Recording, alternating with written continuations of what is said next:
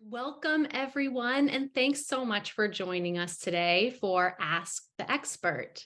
I'm Catherine, and I'm the virtual coordinator at the National Aphasia Association, a nonprofit organization dedicated to advocating for the aphasia community. Our experts today are Deb Meyerson and Steve Zuckerman, and today we're talking about Stroke Across America, their incredible bike ride to raise awareness for stroke and aphasia. We're also joined by Darlene Williamson, the president of the National Aphasia Association, who's going to help facilitate tonight's Q&A. We've been collecting questions from the community through our website, and we'll be answering many of these questions tonight. If you have any other questions, feel free to enter them into the Q&A or the chat, and we'll try our best to answer those as well. So now I'd like to introduce Deb and Steve. Deb Meyerson and Steve Zuckerman are co-founders and co-chairs of Stroke Onward, a nonprofit working to ensure stroke survivors and their supporters have the resources needed to rebuild identities and rewarding lives. Debra was, until her stroke in 2010, a tenured professor of organizational behavior at Stanford University School of Education. Debra's most significant contribution from that period was Tempered Radicals: How Everyday Leaders Inspire Change at Work. More recently, she authored Identity Theft: Rediscovering Ourselves After Stroke. Steve has been Debra's care partner since her stroke in 2010. He has held leadership roles at Self-Help, a nationally recognized economic justice nonprofit, since 2006, and still serves part-time as a senior advisor. Before that, he was a managing director at a private investment firm. In the summer of 2022, Debra and Steve led Stroke Across America, a 100-day cross-country bike ride from Oregon to Boston to raise awareness for stroke, aphasia, and the importance of the emotional journey in recovery. Deb and Steve, thank you so much for joining us. Thank you. And I've just got it always works a little differently every time, but I think I can do it. We're going to share our screen.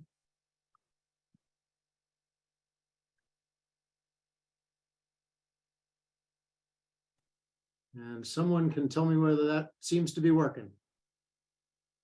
Looks great. Looks good. Darlene and Catherine, thank you.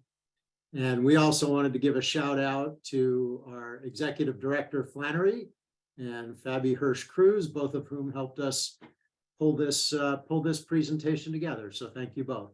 And welcome to a lot of friends we're seeing coming through the chat. Maybe more on that later. Deb. Stroke Across America was a bike ride across the U.S. and Canada to raise awareness about stroke, brain injury, and aphasia. We want to just spotlight the emotional journey after stroke. How do we rebuild our identities and live meaningful lives? We had a team of 6 riders and others who joined us the portions of the ride. We became a family. I didn't expect that. And I'm going to jump in to introduce that family. Standing in the back row is Michael Obel-Omia, who I believe is on with us. Michael, great to, well, not quite see you. And Whitney Hardy, who's on the far right of the picture. Michael is a stroke survivor with aphasia, like Deb, and Whitney, who is also on the call, hi Whit, is a person who survived a bad car crash while jogging and lives with injuries from a traumatic brain injury. We also had two young women who are in the picture on the left side, Alex and Emily. They were both students at WashU St. Louis, and they came along as summer interns and just, as you'll see in some pictures, added a pile of energy and fun and helped make the trip incredible. Not pictured, but important members of the team, we used a company out of Missoula, Montana called Bike Eternity that does bike trip organizing, and they really handled kind of all the riding logistics on the road, and were really, really important to making this whole thing work. Deb mentioned that others joined along the way. We had 3 what we called segment tours, where people were able to sign up and come and ride for usually 5 days or a week. So we had about 25 people join us on those 3 tours for almost a week. We had a virtual ride, and I'll give a shout out to Friends of Aphasia and Fabi, and their team was probably the most active virtual team on the ride. And that was people who could just register on a website, follow our journey, log their miles, and see where they were compared to where we were. We also had what we called a day ride program. We just publicized about half the days that people could just come out and ride. We had a couple of bike clubs come out and join us. We called this program the Ride with Rusti program, which prompts us to introduce the other member of our team, which was our then about 14-month-old golden doodle, Rusti, who she was our emotional support dog. So she was fun to have on the trip, and there are some pictures of her. So that was the team. And you were going to do this, Deb. The picture is worth 1,000 words. We hope that the video is worth even more. Now let's see if this works. Tell me of the man of Steve and Debra, the cyclists. You are loved. Cycling across America, 4,300 miles. This initiative, this project takes advocacy and awareness to a national level of awareness. So we're 50 miles into a 76-mile day.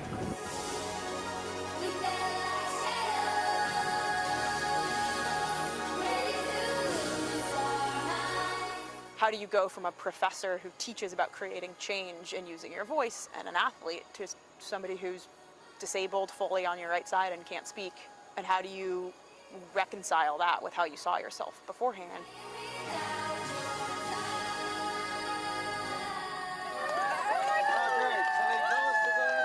I am Deb Meyerson. 2010, I had this severe stroke.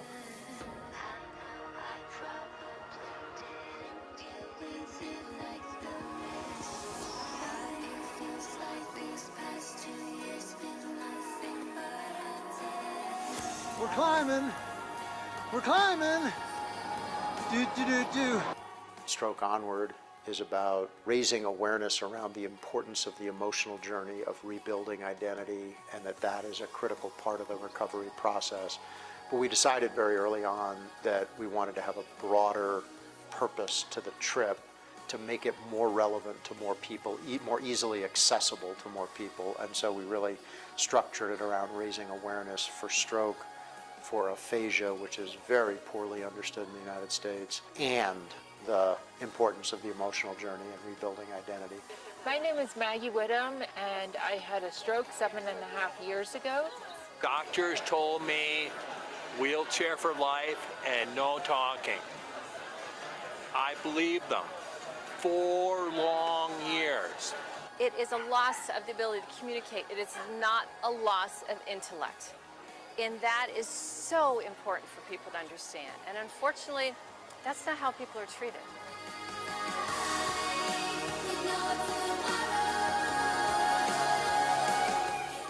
I don't want this trip to end.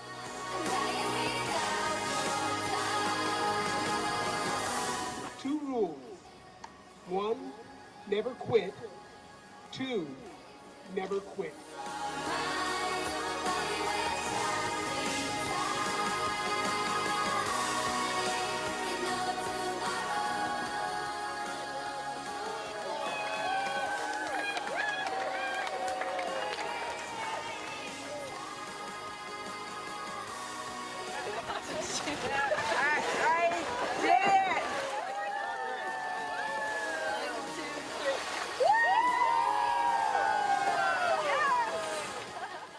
I like to think about what's next.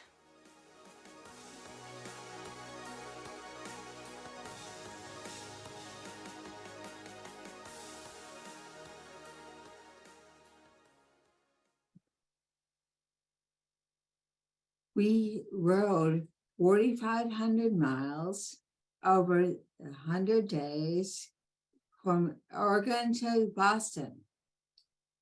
I'm just thinking, I guess we have to answer what next is giving talks about the trip, Yeah. right? So the route, you know, we started with a lot of the sort of classic cycling routes across the country, which try to stay on small roads or in some cases rail trails. But we also had the goal of raising awareness, and we wanted to do some of that in larger cities. So we kind of built our own route with the help of Bike Eternity. People ask kind of what was the rhythm on the day. We our support vehicle was an RV, a small RV that Deb and I got the luxury of sleeping in, and it was pulling a trailer with all of our gear. So everybody else was camping. Got to poke fun at Michael a little bit about how much he just loved camping. Said he's never going to go in another tent in his life. About 1 out of every 4 or 5 nights we spent in roadside hotels or motels to do laundry, to kind of take a little bit of a breather from camping. The daily rhythm, you know, that was one of the things that was really special about the trip. We really got into a rhythm. Breakfast together in the morning. Deb in particular, because of some of her disabilities, spent a lot of time. I see your comment, Michael. Spent a lot of time stretching every morning. So usually her breakfast was a peanut butter and jelly sandwich once we started riding, because she'd miss breakfast. We'd usually spend about 7 hours on the road. That was the goal. Kind of after the ride, there was stretching, there was getting camp set up, there was doing stuff.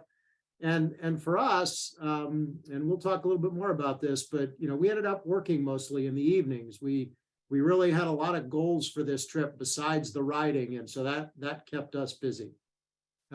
We took a rest day about every 5th day. We called them rest days, except sometimes they felt like the stress days, because those were the days that we felt like we had to get everything done. Really riding the bike was the relaxing time for Deb and me.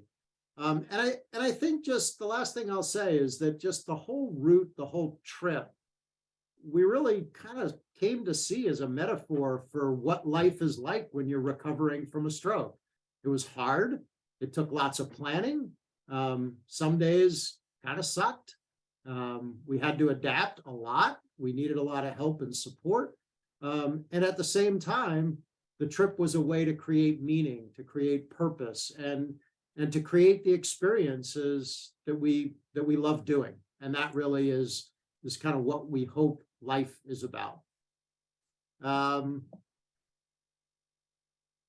We hosted 16 community events across the country. They brought together survivors, families, folks, professionals, and more. It's really inspiring to be with all these people. Building the communities and collaborating with others is the only path to real change. Organizing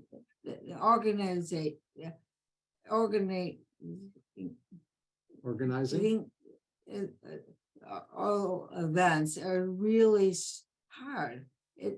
But it's so important and so impactful. We had 16 events, 3 to 4 we started riding, San Francisco, Bend, and Portland, and 11 along the way, and 2 and Boston after we finished.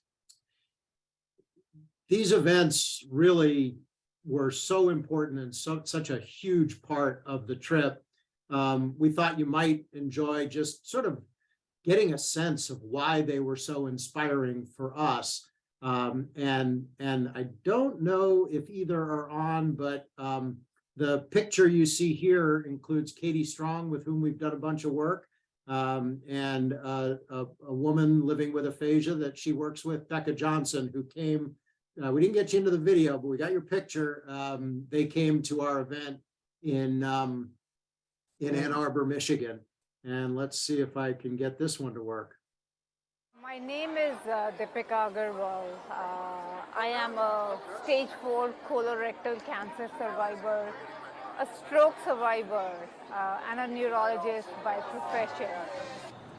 I am 33 years old. I had a stroke in 2010 and caused my aphasia. Aphasia is loss of communication. My name is Debra. Caused my skills, not intelligence. There's the therapist. They want you to get better in the medical sense, but there's this enormous and unaddressed side of post-stroke life, which is the emotional journey. Life with the phases is very difficult and frustrating. I just take this one word at a time. Aphasia, obviously, but gets better. Just practice. Stroke Onward, it's like you can still dream, you can still do those things that you didn't. You're never sure if you're going to be able to do those kind of things, and yeah, you can. It might look different, but you can still do it. This is our world. I realize I can't feel sorry for myself because everyone has their own challenges. I'm looking forward to living well with aphasia. My stroke changed my life, but it will not hold me back.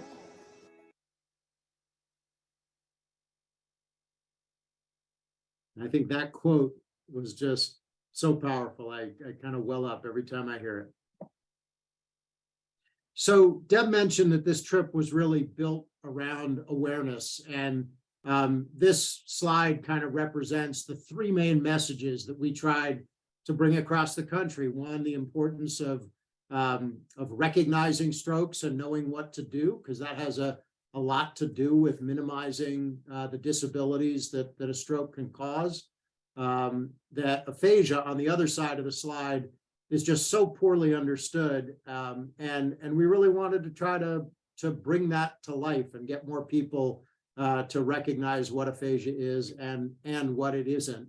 And then in the center, this really is our particular message at Stroke Onward, which is that this notion that recovery isn't just about rehabilitation. It's about the emotional journey to rebuild identity, to rebuild rewarding lives. So lots of people ask us, so why did you decide to do this crazy trip riding your bike across the country? And one answer is that I've actually wanted to do it since I was 22 years old. And I finally saw the window not only to do it, but to do it with such a great purpose. But the story of how we ended up riding cross country is really Deb's story. And I'm going to let her tell that. And of course, my story, like starts earlier. But in 2010, I was a professor at Stanford. I taught, wrote, and wrote, and feminism, diversity, and identity. Then I had a severe stroke. For 3 years, I did therapy almost full time. I had to get my old life back, but I couldn't. My disabilities is especially aphasia forced me to give up my job. Giving up tenure was a second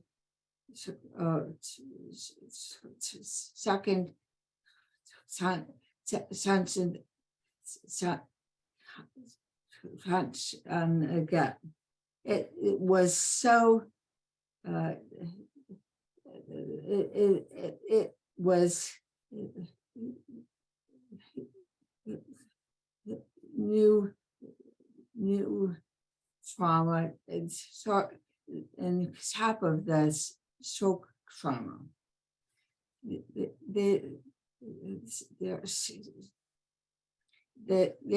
Starting my identity crisis. Who am I now? I decided to write another book, Identity Theft. Writing Identity Theft became my learning journey.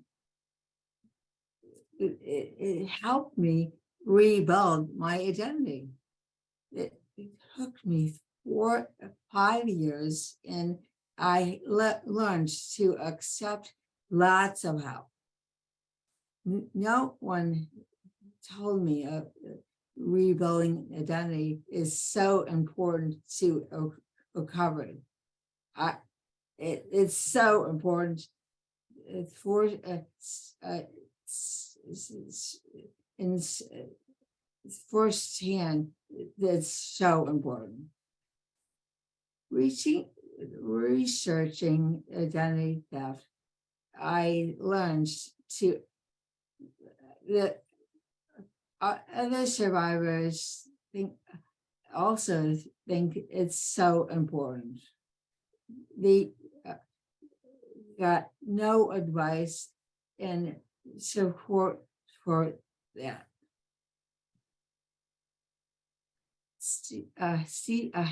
So Steve and I started not-for-profit Onward. Survivors, families, and the need more support for the emotional journeys.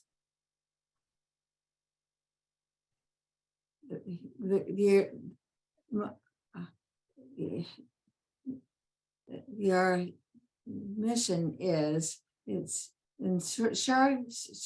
stroke survivors and the supporters have the tools needed to rebuild identities and rewarding lives.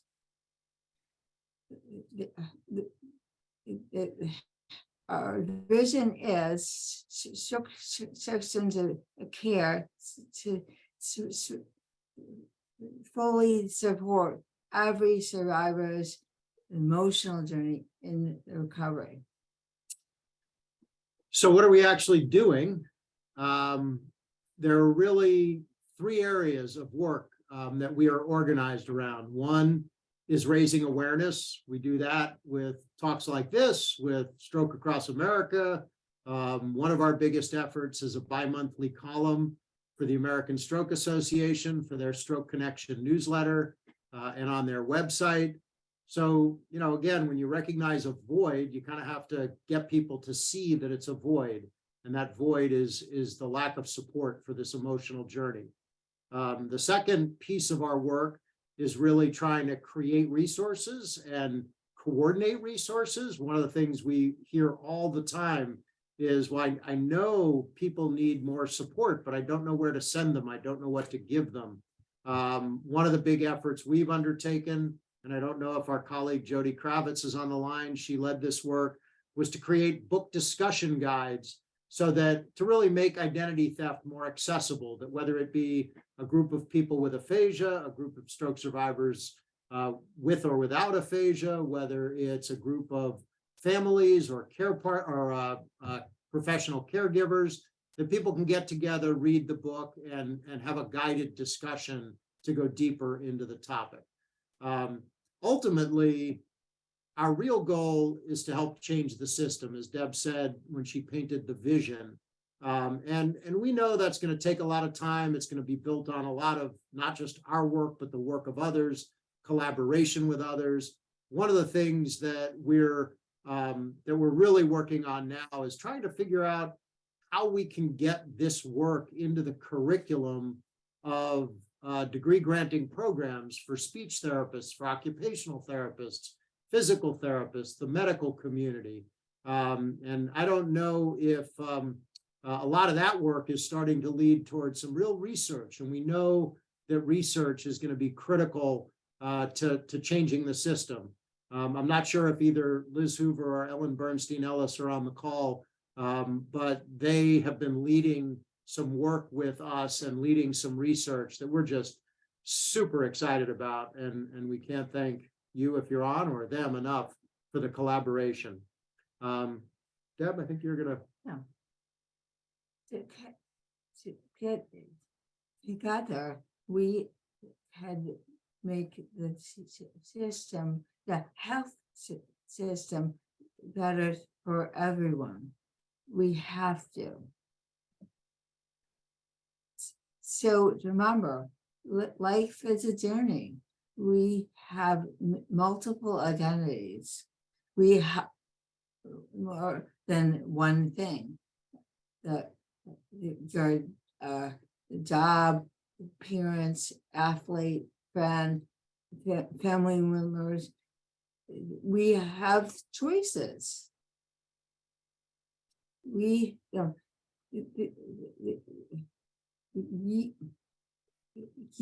can rebuild the rewarding life after stroke, and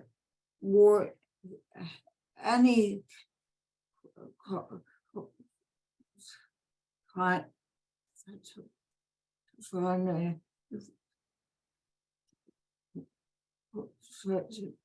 any kind of trauma, that new life, not the lesser vision of the old life. What's important to you? What it is your meaning? What does meaning and purpose?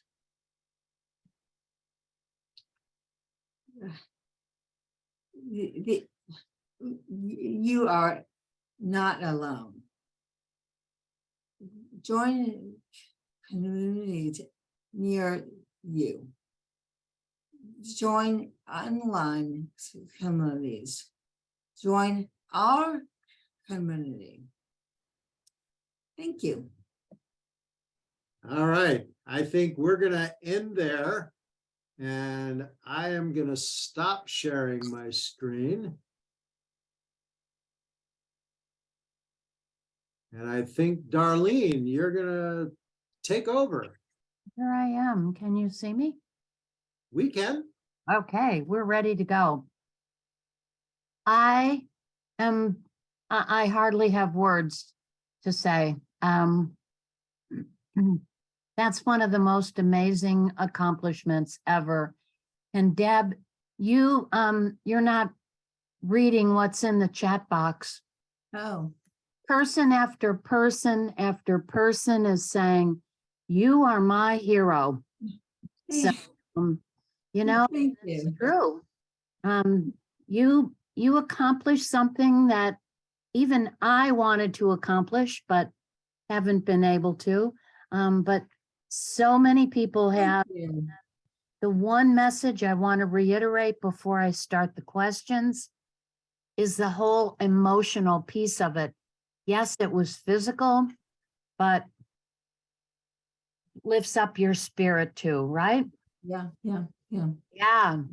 So let's go see how many of these questions we can get through. Let's start with, what was the best part of the trip? The community events are really special. And I like to say, the friends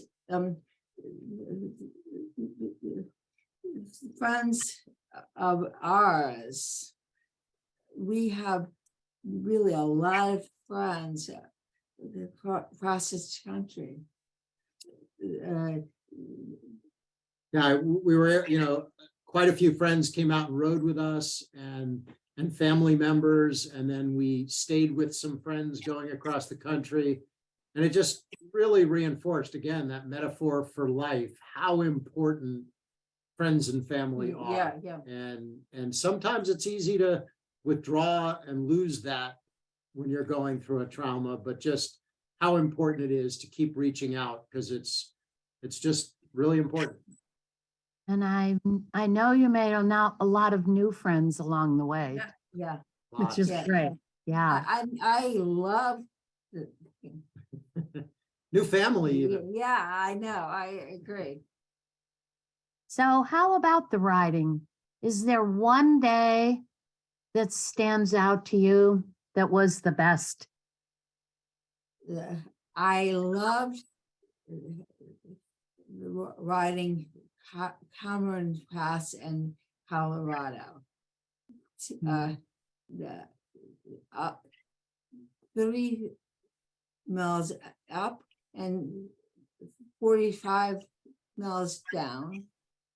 Rushing River, mountains, canyons is so exquisite.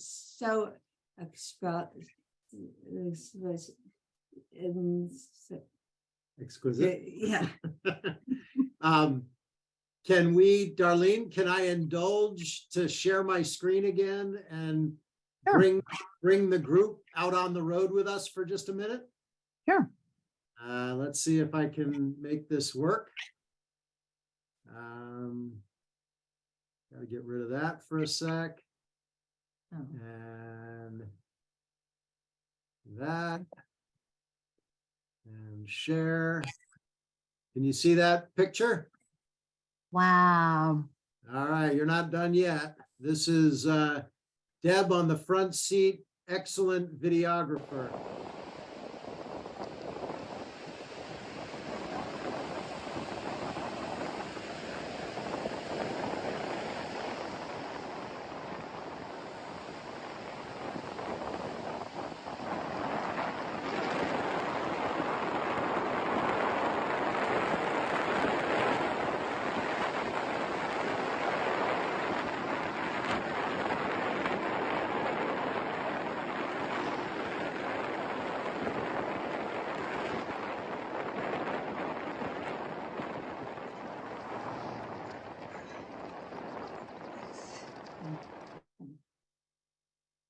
So we got to enjoy that for about an hour and a half and 40 miles of downhill without having to work hard.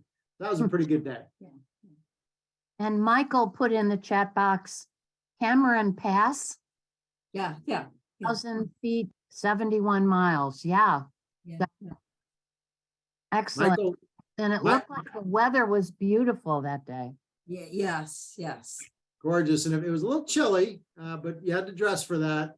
And if anybody ever needs somebody to track numbers, invite Michael along. We were always like, what day of the ride is this? He'd know. What was the elevation? He'd know. So Michael's our numbers guy.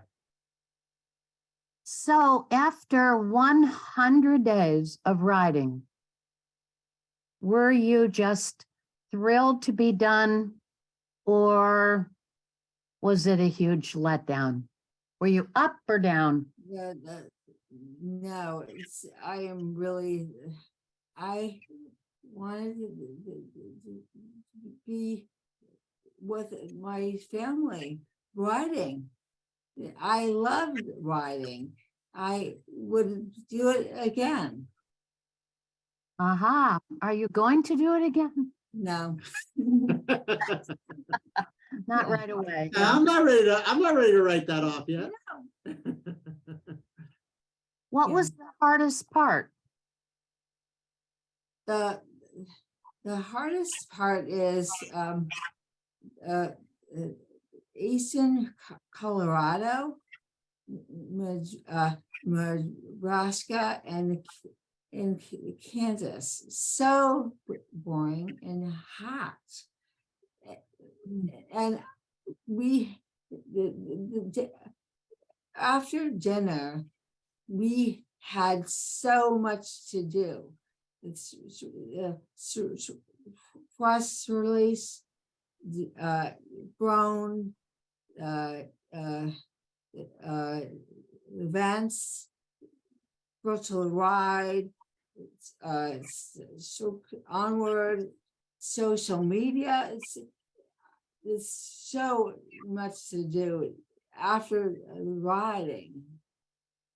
Yeah, we are not sorry we did it, because it just was so impactful, but we definitely bit off, I won't say more than we could chew, but a lot. And it made it harder to relax.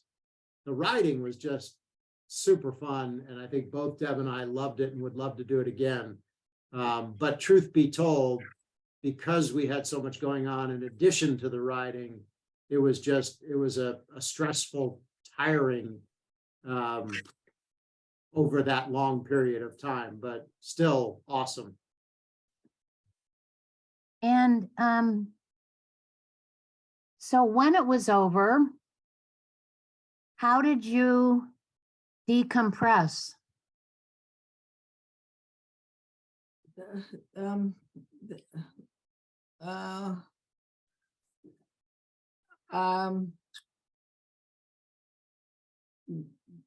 I one day, no, really 1 week,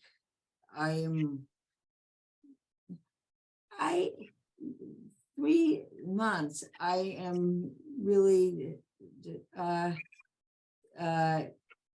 disappointed and sad. Yeah. And I love riding. Yeah. It was a little bit of kind of a post-ride depression, if you will. And we were warned that happens to a lot of people who ride across the country, because it's such an intense experience and you grow so close to the group you rode with that when you separate, it's just hard. Sure. And then you got all the life you left behind to catch up on. Yeah. Yep. So how about this? Do you have a funny experience you can share with us? I love the Chicago. Emily and I danced in the rain, and I love dancing. Dance in the rain, huh? Yeah, and Alex and Emily and I loved dance. They had a way of making Deb laugh and making her happy. There you go, Michael. Michael's got all the hearts and the smiles in the chat because he saw it. Okay, so let's talk a little bit about getting ready for the ride. How you trained physically and how you got your head straight to tell yourself you could do this. What was the training all about?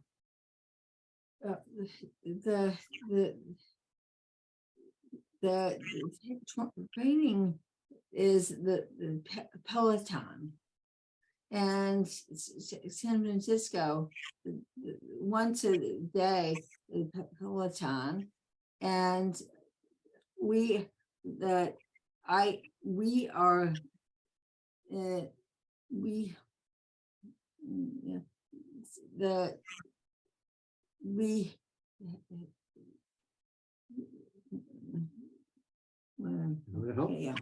Yeah, I mean, you know, we ride in the San Francisco Bay Area, and it's super hilly here. So that was just great training ground.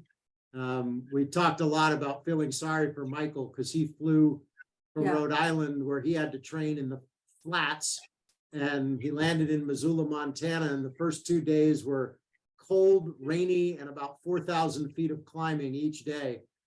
So poor Michael was kind of a rude awakening, but and I don't want to make it sound like riding that far is easy. It's not.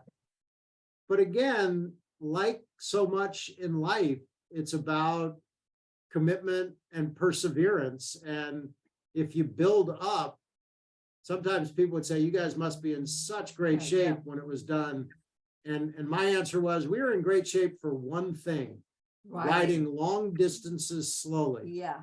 And that's, you know, it doesn't require being a great athlete to do that.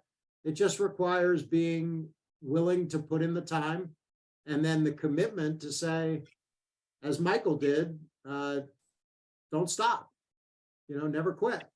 And so, yeah. Kind of like aphasia, Deb? One could say. You just have to put in the time, and yeah, and Tom is putting in there that you climbed the aphasia mountain. Oh, there you go. Yeah.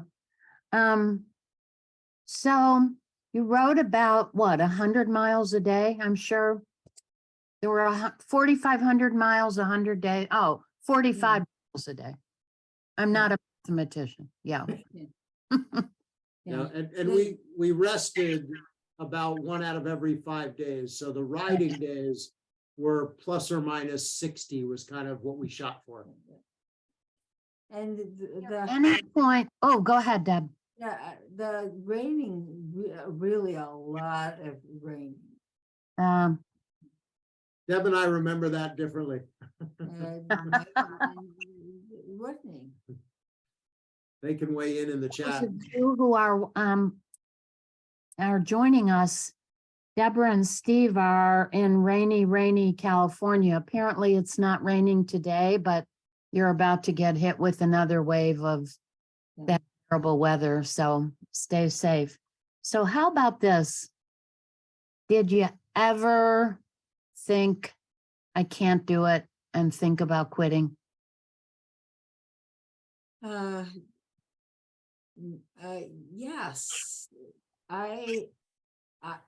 Yes, yes, and I loved it. It's really not a problem. It's yeah. I don't know how many couples there are out there, but this may sound, I don't think she was ever seriously thinking about quitting. She'd say it, but I know Deb, she wasn't thinking about quitting. Yeah. How about this? Did you ever, you or anyone in your bicycle family, sing while you were biking? Yes.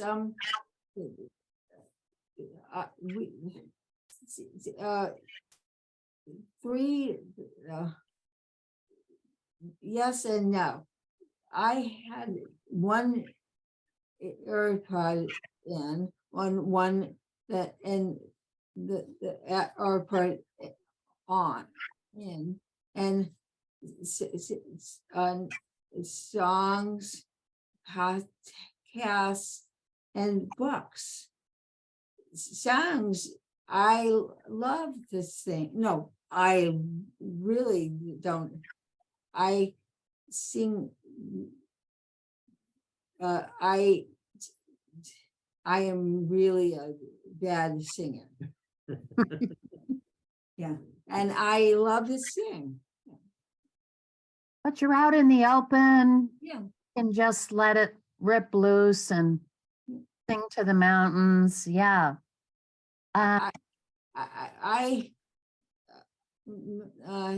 Melodic intonation therapy.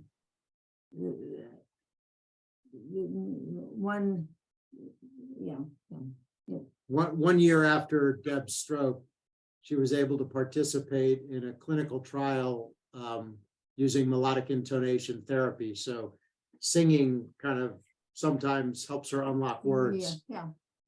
But we're not the most musical family in the world, that's for sure. Yeah. So this question came in. I think you covered it in your presentation, but let me just throw it out. What you consider the most important message that you delivered across the country? The journey and the emotional journey is so important. And the awareness about aphasia and what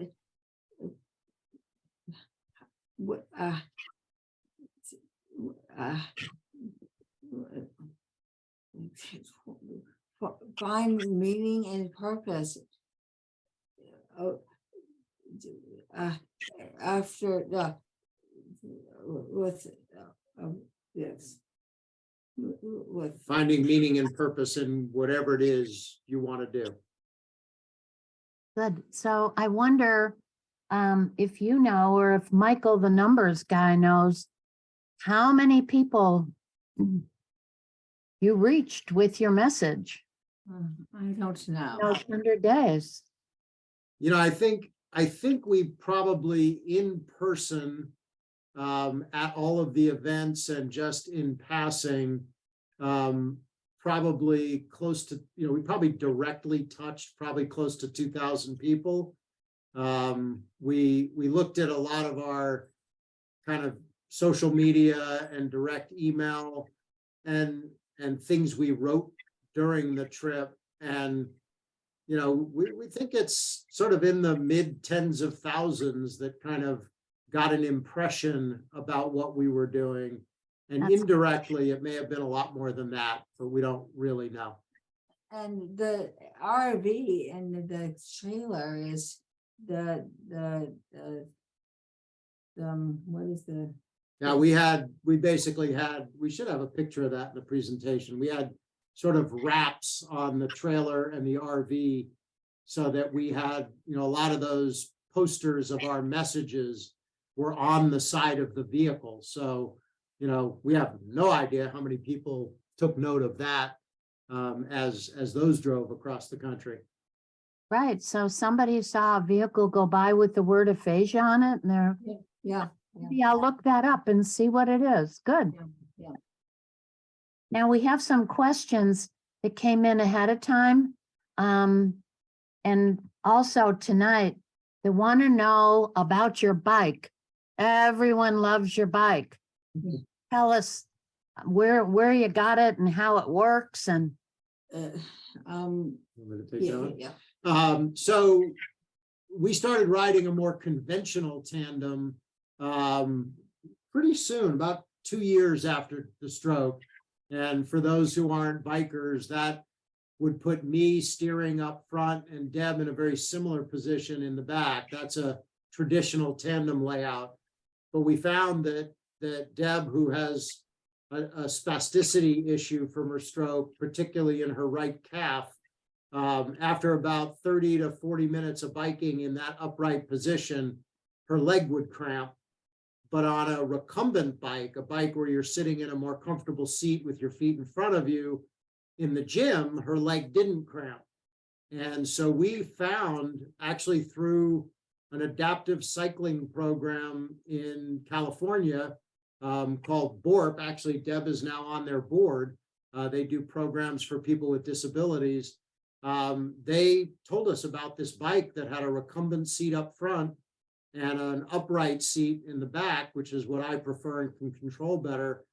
So we found it. We bought our bike from a German bike maker that mostly makes bikes for people with disabilities, various kinds of trikes and adaptive bikes, but they build this one too. So that's where we found it, and it works great for us. And the Buffalo. Oh yeah, we met a couple in Buffalo at our event who have been wanting to ride and hadn't found a way to ride together, and they sent us an email recently with a picture of them riding the same bike. They kind of got inspired and went to Vermont, where they're distributed from, and so there's now another stroke couple out on the road on the same bike. Awesome. And as I understand it, it also has a mechanism that you can kick it into gear where it has a motor to help when you're going uphill. We do. You can get it either way, and we chose to kind of have the flexibility and to be able to ride more distance if we want. We didn't use it too much, but it was really nice to have on the biggest of the hills. It's a heavy bike, so just to make up for that. But then on the biggest of hills, we used to kid Michael, who once or twice, jumped in the RV because he just was whipped and was upset about that. And we said, "Hey, Michael, we all take a hand. Our hand is that we've got the motor. We didn't have to get off the bike, but we got to use the motor." Yeah. So obviously, and you've indicated this, you're bike riders. You didn't just begin riding a bike yesterday. Do you think that this physical training helps your aphasia, Debra? I don't know. It's 12 years. It's a long time. Can I disagree with my wife yet one more time? Yeah. For me, I know when Deb gets physical activity, she's happier, she's more relaxed. Yeah. And I think that affects her speaking. Yeah. And I'm just a huge believer that exercise does good things for the body and for the mind, whether you're a stroke survivor or not. So I completely agree. And I think some of the best neurologists who are involved in this field, one of their singular messages is keep the physical exercise going. Yeah, I agree. Yeah. And Darlene, I know we're running out of time. Yes, we are. I'm seeing questions in the Q&A. And I don't know if any of those, we've got some things in the chat and some things in the Q&A, but maybe we've hit most of them. I see a nice one. I think you touched on the idea about the feeling like you might quit.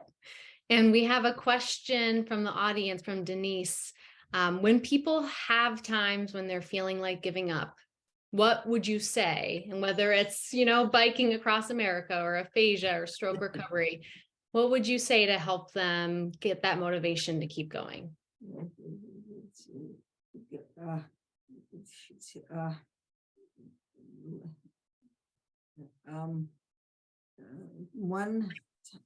One day at a time, or 1 mile at a time. And the other thing I would say is, I agree Yeah, I agree with Michael. Never give up, never give up. But also give yourself permission. We talk about it having a pity party. It's not human to think you can stay positive all the time, particularly in the face of an incredibly frustrating thing. And so our daughter actually named it the pity party. You know, it's got a beginning, it's got an end. And it's okay to just bitch and moan a little bit about how hard it is and how much it sucks. Just make sure you leave that party. And sometimes having the party helps you then look forward. And Deb talks all the time about purpose and meaning. Deb almost gave up when we were writing the book. It was so frustrating to be able to, you know, the amount of work and help it took for her to get her thoughts onto the page. But she really had decided that this was something the world needed, that people needed this message. And it really was that bigger purpose. So whether your purpose is delivering something or, you know, being able to go to your grandkids' party, you know, whatever it is, remember, try to remember something that's important to you that you want to be able to do as a way of keeping that motivation. That's so inspiring. Thank you for sharing those tips. And thank you so much for sharing your story. I'm sure we could stay here for another hour and keep asking questions, but it is about that time. And so I'd like to thank you so much for joining us. I'm just going to share some resources for folks. Make this. Chat. So if you'd like some more information about Deb and Steve and the Stroke Across America, visit their website. It's www.strokeacrossamerica.org. For more information on the National Aphasia Association, visit www.aphasia.org. And for more information about our virtual events, such as the Ask the Expert and all of our conversation groups, visit www.aphasia.org/online-events. And if you have any other comments, questions, suggestions, please feel free to email me at Catherine@aphasia.org. And Catherine, one last thing. Speaking of events, our next Ask the Expert is February 9th. We will have, our guest will be Jerry Goldstein, who wrote a book called Conversations with Dad. And it will be about caregiving. So, Mark, you can see that online. And importantly, on March 7th, we're having our Night of Aphasia Arts again. So everybody start to get geared up for that. Let me add my thanks to Deb and Steve. Thank you, thank you, thank you for what you've done for aphasia and for sharing it with us tonight. And can we capture all the comments? Yes, we can, right? And we were just asking you all if we've sort of been keeping an eye on all the chats and the Q&A, but we didn't catch it all. So if there's a way you can capture that and share it with us, we would love it. Sure. Okay. Great. Well, thank you all. We hope to see you next time. Take Bye. care. Thank you.